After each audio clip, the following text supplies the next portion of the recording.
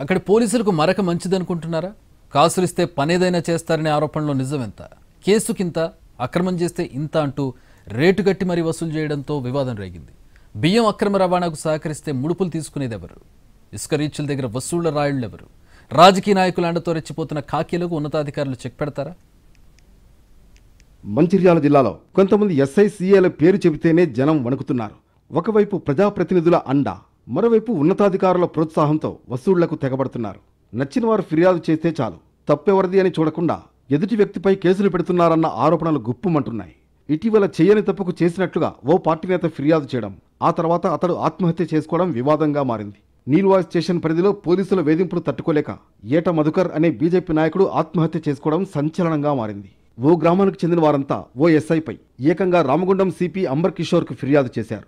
గ్రామంలో ఓ నాయకుడిని దగ్గర పెట్టుకుని తమ యవ్వారం నడిపిస్తున్నాడని ఫిర్యాదులో పేర్కొన్నారు. అందులో ప్రసాద్ అనే వ్యక్తి వద్ద 15 లక్షలు, రైస్ వీరన్న సిర్వంచ దగ్గర నెలకు 1,00,000 చొప్పున వసూలు చేసినట్లు ఆధారాలు చూపించారు. శివారం గ్రామానికి చెందిన కుమార్ అనే వ్యక్తి వద్ద నెలకు 30,000, వేలాల ఇసుక రీచ్ వారి వద్ద నెలకు 1,00,000, వైన్స్ షాపుల దగ్గర కూడా నెలకు ఇంత అంటూ ఎస్ఐ వసూలు చేసినట్లు ఫిర్యాదు చేశారు. మరో ఎస్ఐ తనకు మంత్రి వద్ద పనిచేసే గన్మెన్ అండగా ఉన్నాడని, ఎవరూ ఏం చేయలేరని, అమాయకులపై ప్రతాపం చూపిస్తున్నాడని ఉన్నతాధికారులకు మరో ఫిర్యాదు అందింది.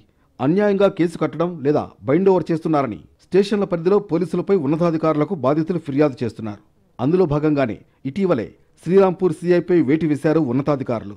వరిధాన్యం కొనుగోలులో గోల్మాల్ చేసిన కేసులో నిందితుడికి సహకరించారన్న ఆరోపణలతో వేటు వేశారు. ఇదిలా ఉంటే భీమ్ని ఎస్ఐ తమను వేధిస్తున్నాడని, ఇబ్బందులకు గురి చేస్తున్నారని మరో బాధితులు తన ఆవేదనను వ్యక్తం చేశారు. మరో సర్కిల్ పరిధిలో ఓ ఎస్ఐ డబ్బులు తీసుకుని వేధిస్తున్నాడనే ఆరోపణలు ఉన్నాయి. నీల్వాయ్లో భార్యాభర్తల గొడవల విషయంలో భర్తను కొట్టడంతో ఎస్ఐ సురేష్ను అప్పుడు సస్పెండ్ చేశారు అధికారులు.